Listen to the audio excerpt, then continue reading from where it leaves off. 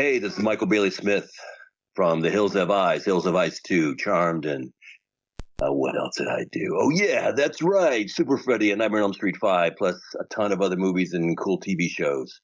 Guess what? You're listening to Moose's Monster Mash. Let's get ready. Never sleep again. Are you afraid of the things that go bump in the night? Do you feel like a zombie after a long night of tossing and turning? Well, then try Dream from Lifewise.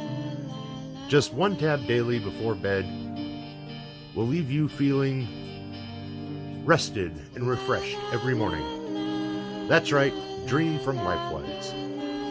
Just one simple tab placed on your tongue, it dissolves and let you drift into dreamland. Text Moose Dream to 754-600-9473 to get you started with your free samples today.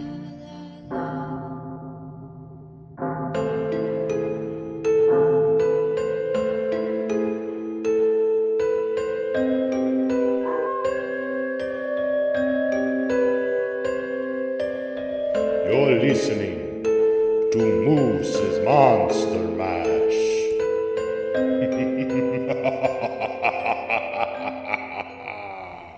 Welcome back, Horror Hounds, to an all-new special episode of Moose's Monster Mash. I'm your host, Moose, and hope you had a decent holiday, and welcome to the new year.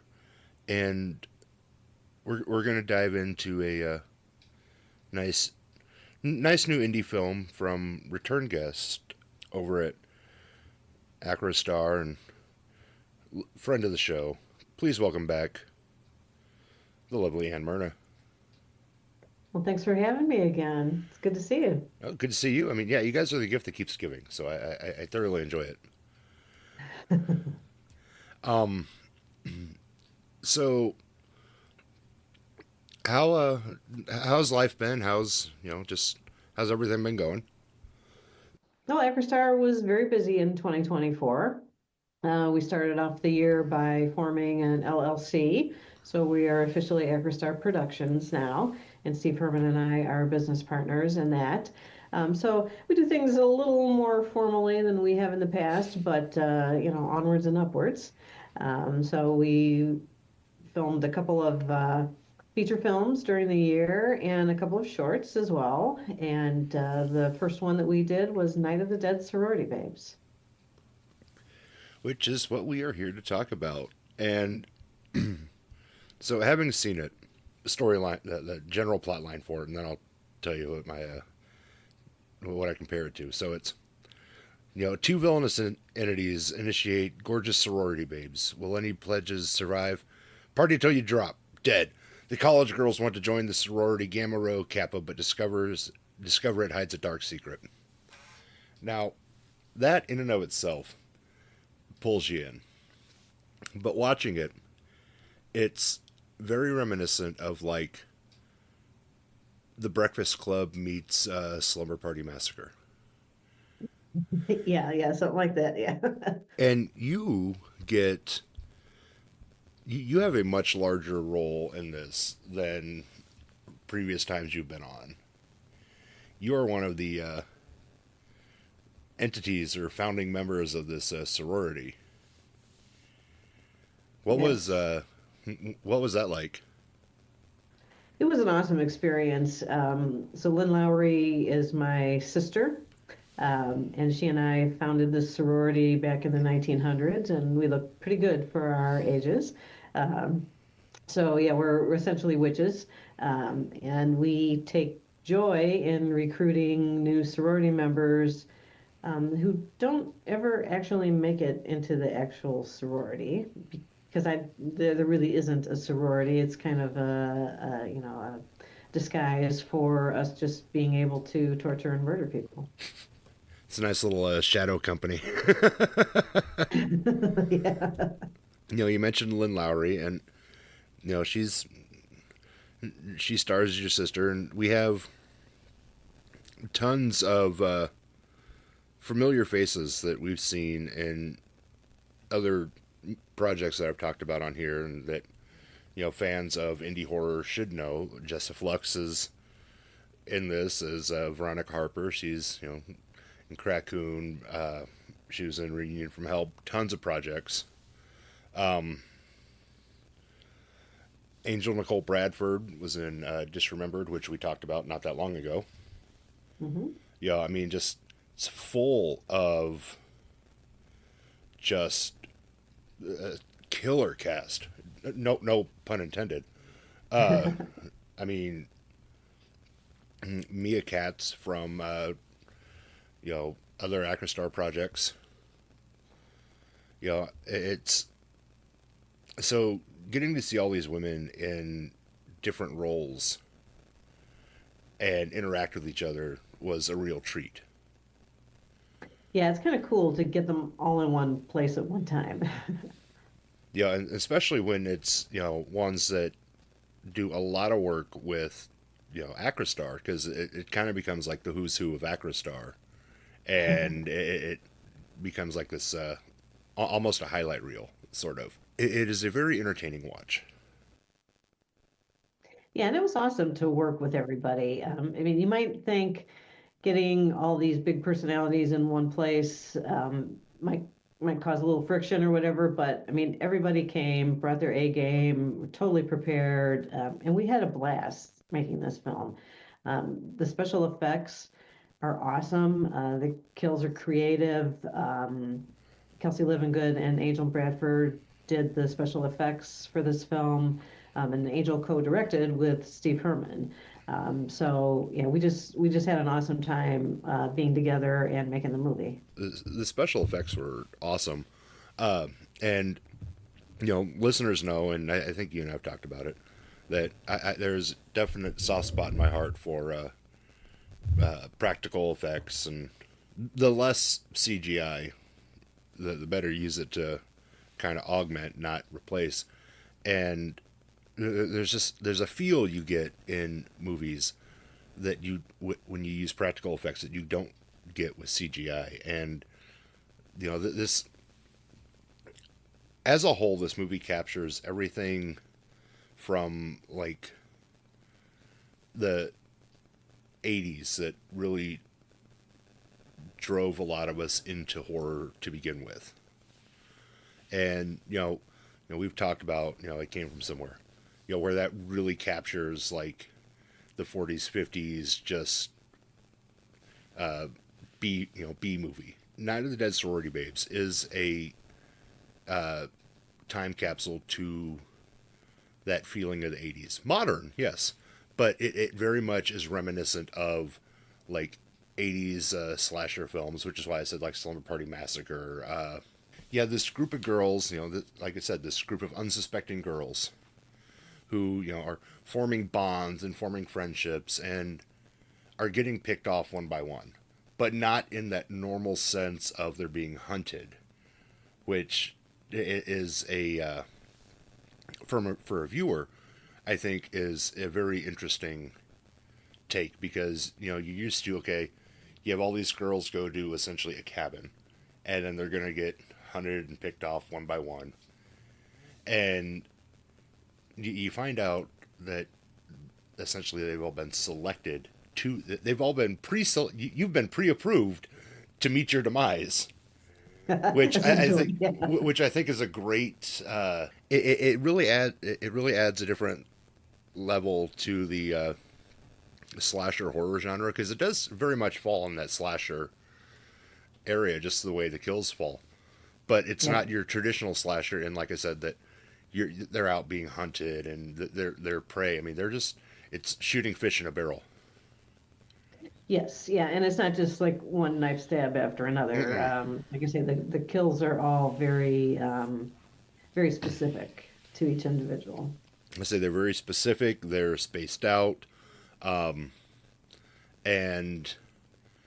I think before it's even said that that you and your sister might be witches, the use of magic is kind of put into play, and you know, it's kind of it's hinted at heavily that there's Yes. darker influences at play than just oh, there's these couple crazies that are out killing people. Yeah, exactly. Yeah, we try to be normal to them at the begin the beginning. So, what was did you guys? Because it looked like it was all filmed like on one location. Yes. So, what was filming like for this? Like I said, it was a lot of fun. So we rented an Airbnb and used that for lodging for the cast and crew, as well as the shooting location, which is it's kind of our typical mode of operation. But yeah, we had all these girls coming in from a bunch of different places. We had first done a proof of concept. It wasn't the exact same cast, but it was the same idea. So we made a short called Sorority Babes in January of 2024, and then we started filming Night of the Dead Sorority Babes in April. So we had some familiarity with working with each other from doing that short. But yeah, I mean, you really get to know people if you hang out with them for 7 days in a row and are working, you know, 10, 12-hour days. I mean, it was a nice shoot schedule because we were able to pretty much stay on schedule throughout the whole week. What took time was all the practical effects. And since Angel and Kelsey were in the cast and also doing the special effects, we couldn't necessarily, be prepping people for the next scene while we were filming one scene because people were probably in it who needed to be involved in the next scene. So it maybe added just a tad time delay, but they knew the script so well because they were cast members. So, they had planned out ahead of time exactly what they were going to do. We had kind of some fun making some of the stuff that we needed for the practical effects. And, I mean, when you watch it, like it turned out wonderfully. Oh yeah, say it flows beautifully. I mean, it and you and I've talked about this before. It's you know in a lot of the indie films, you have that like dialogue disconnect where it seems kind of choppy at times, and it happens, and there's no like particular instances. There's just a couple spots here and there, which no big deal. It's overall great film. You look past that, you wouldn't know this was an indie film. It just Oh, thank you. it flows so well that it could have been a like big budget, well, big studio film. Um, and I said this when we were talking, disremembered, that you guys are incrementally shifting where you go, and you're upping your production value with each one, and you put out a wide array of movies, and each one is vastly different than the one before, unless you're doing ones like it came from somewhere, it came from somewhere again. Those are in their own little their own niche. Mm-hmm. But now Dead Sorority Babes is different from Disremembered. Disremembered is going to be different from Corn Zombies 2. It's that's just where it is. And I think when you guys set out to do these different projects, you do manage to give them their own, and give them their own identity, their own brand, and can knock it out of the park each time. And I know a lot of that comes from Steve Herman's writing, because his writing on this is great. Absolutely. Yeah, I was going to say, Steve Herman gets the credit for everything being unique, everything actually telling a story, the characters having depth and backstories and development throughout the film and stuff. It's just the way he writes. And, yeah, he doesn't do the same formula over and over and over again. Everything has a unique twist on it. And as you mentioned, the character depth and development. This has what I've said numerous times a good horror movie needs, and that's you need characters to root for. Whether you root for them to die, you root for them to live. Exactly. You have to have something to tie into, and with this array of characters, there's definitely characters, and for listeners who are going to watch this at some point, you're going to find characters who you probably want to see offed very quickly, and others that you hope don't. And that's the thing, given that this was you're pre-approved to meet your own demise, you don't know who's going to make it out. Right. And I'm not going to tell you. Yeah, and even the villains have a backstory, Yeah. so that you get some insight as to, like, why are we doing what we're doing? Yeah, and maybe you feel for us, maybe you don't.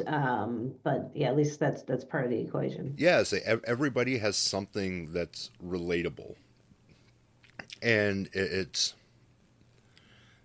a very cool story element because it's not just, like I said, it was, when I watched it, I said it's Breakfast Club meets Slumber Party Massacre because I mean you have the nerd, the jockey character, you have the different cast of characters all under one roof, and that instantly right there gives you somebody that you can attach to.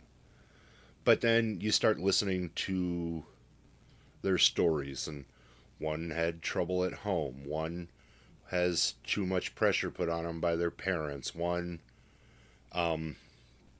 is had to kind of build a facade because they were bullied for a good portion of their life. I mean, just the more you go down their stories, there's more that you can, as a viewer, lock onto and attach with. And I think that helps in regards to where do I want to see this character go. You got to do some killing in this movie. How fun was that? That was a blast. I mean, in real life, I'm a nice person, but it is pretty fun to play a psychopath, I have to admit. And then working with Lynn, like when we first did a table read for the film, she and I were each playing our characters kind of similarly. So we talked and we said, well, like we don't want to appear to be like twins or anything. We want to give some differentiation between the characters. So she and I worked together to try to come up with, slightly different angles on the two characters so that we wouldn't just be like a double of the other one. And I think that worked well. And I do appreciate like all the time that she spent with me. I mean, she's an excellent actress to work with. She has so much experience and so much knowledge and so many ideas of, like if you have an issue with a scene and like you can't like get to the right emotion, like she had some really good suggestions. So I do appreciate her both as a mentor and as a friend. Lynn Lowry was like a staple in like the 70s, 80s, and she's had a lasting career. And yeah, you guys play two similar but different characters. She seems a little bit more vindictive, where yours seems kind of more stable. And in regards to your backstory, and it's that yin yang feeling, and yet you guys complement each other so well on screen. It is a treat to watch. Oh, thank you. What was your favorite part about doing this movie? I would say my favorite part was actually doing the kill scenes. And I mean, I don't have vast number of years of experience doing this stuff. I started doing acting like 7 years ago. Um, so when it's like when I would read the script and I would read what some of the kills would be, I'm like, how the heck are we going to do that? But when you take the experience of the people who have done a lot of this kind of stuff and the cinematography aspect of it, and the director aspect of it, it breaks down into these nice, small, easily achievable pieces. And then when it's together, you're like, wow, that really looks good. Mm-hmm. Like looks like we really did that to that person. So I would say that's kind of like the most interesting thing for me is to kind of see, and there's quite a bit of that going on in this film. So just to kind of see it go from a textual description to the actual edited film is a pretty cool thing. Oh yeah, I say that and I've always liked the process. Without names, do you have a favorite kill? The one where there are two of the sorority girls in the room with us. Okay. Because there's a lot going on Yeah. there. I say I think mine is the fingers one.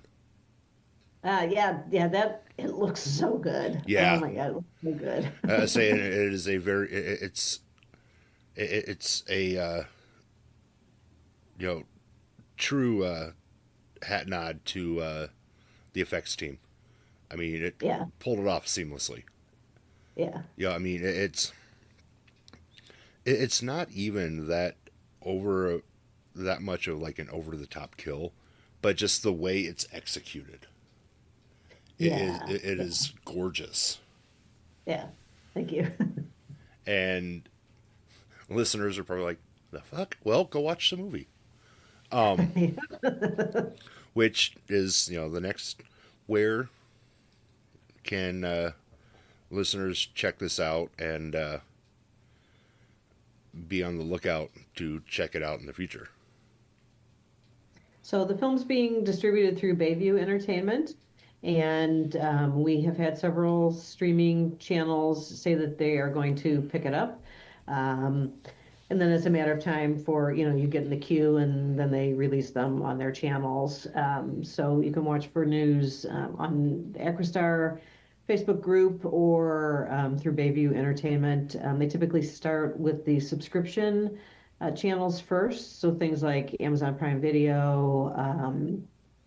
I can't remember the name. They've given us a couple names of platforms that are associated with certain cable TV channels.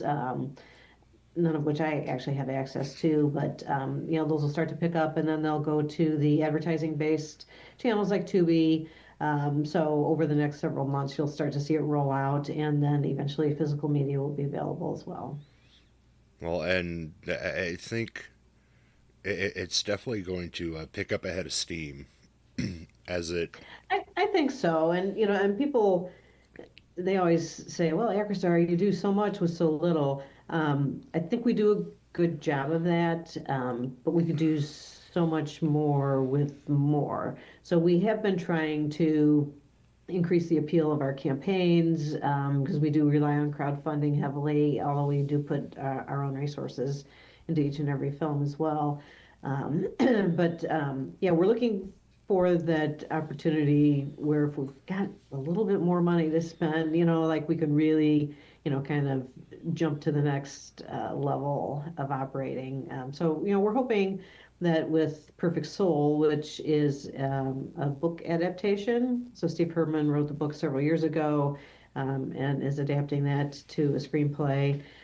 But we're hoping with that one that we can really, get some more funding behind it so that we can put some more resources behind it. Well, and where you're at, it's kind of a long game. It's Hmm. I mean, you guys are putting out more and more, and you like we just said, they're getting bigger and they're getting better, and that just has to fall in front of the right person or the right Exactly. group of people. And as these movies are going to these streaming sites, that's all it needs. Where you need somebody with pockets deeper than most to be like, how can I help? Yes, exactly. And we're very fortunate in that a lot of our contributors contribute to each and every one of our productions, which is so appreciated. But yeah, we're just trying to widen the audience a little bit, and get more people involved. And crowdfunding is a great way to do that. I've made so many good friends through crowdfunding. I actually know the names of the people who contribute. It's not just, give me the money, here's your credit, type of thing. Then I see those people starting to make films of their own. So yeah, it's an amazing process to network with people. Well, and like I mentioned, you guys have such a vast array of films that you can bring in, that you can cast such a wide net to bring in Mhm. different types of viewers. And if you can get ones to piggyback from one film to like, oh, I like what they're doing here, I wonder what they're doing over here, and Mhm. kind of keep building and build that snowball effect. And that's ultimately going to lead to those bigger the bigger budget projects that you want to do. Yes. Yeah, and we will eventually need things like video special effects.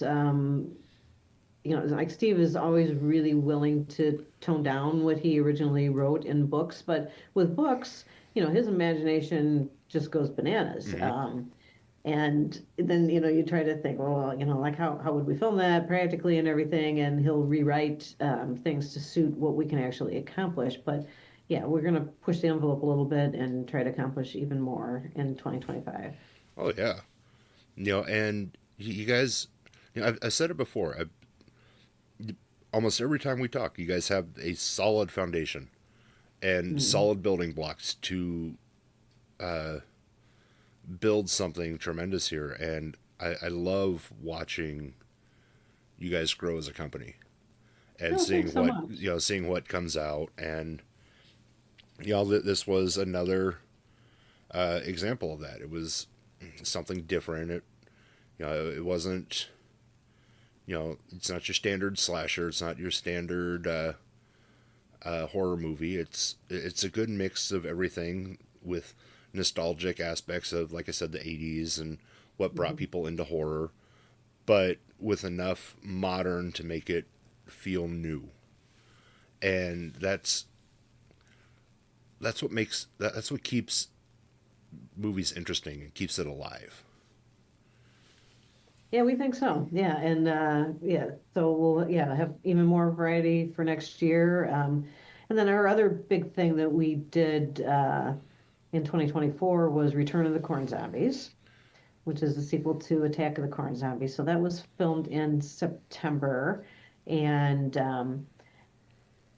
it's a fun genre working with zombies. So we're able to involve a lot of people who are local to the area where we film in central Illinois as extras. So you've got, like this huge core of people who are supporting the film.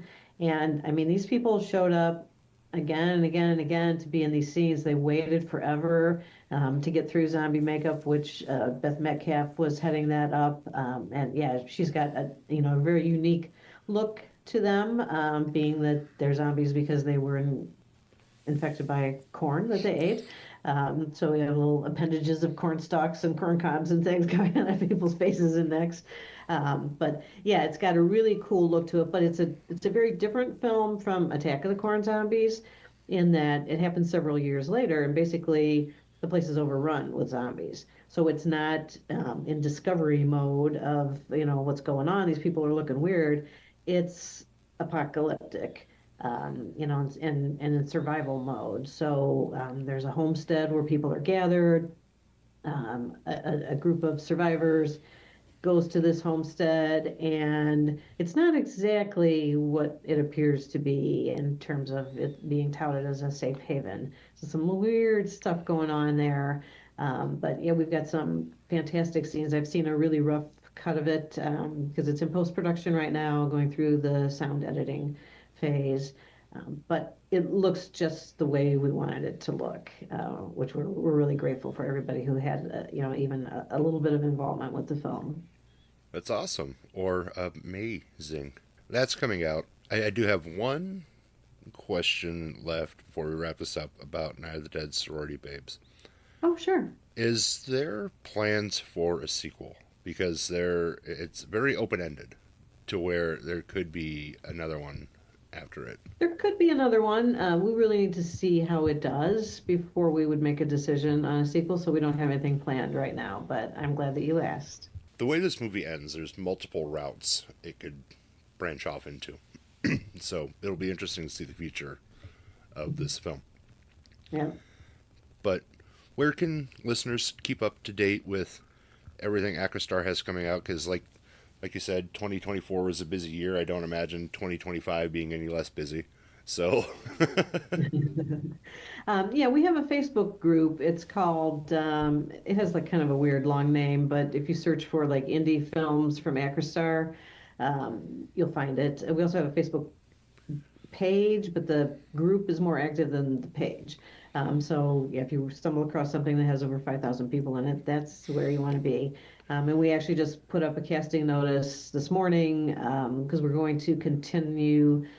We have a series that's called Splintered Love, which is a series of shorts about love gone wrong. And we're going to continue that into 2025. And we have 4 episodes planned, and we're casting for, will actually be the second episode. We're going to film the first episode in January. Oh, nice. And listeners, like always, those links will be in the episode description. You can find me and other great podcasters over at electronicmediacollective.com. Be sure to follow me on Facebook at Moose's Monster Mash and on YouTube at Moose Media Inc. And as always, this has been a pleasure.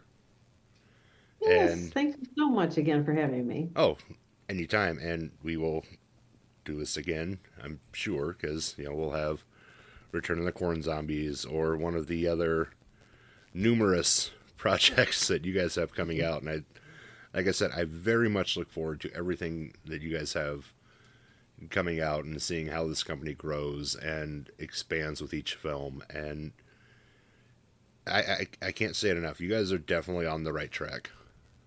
Oh, thank you. Well, we appreciate the support, Paul. Oh, you're more than welcome. Check out their links, watch for their Indiegogo, support the films, and until next time, Horror Hounds, mash on.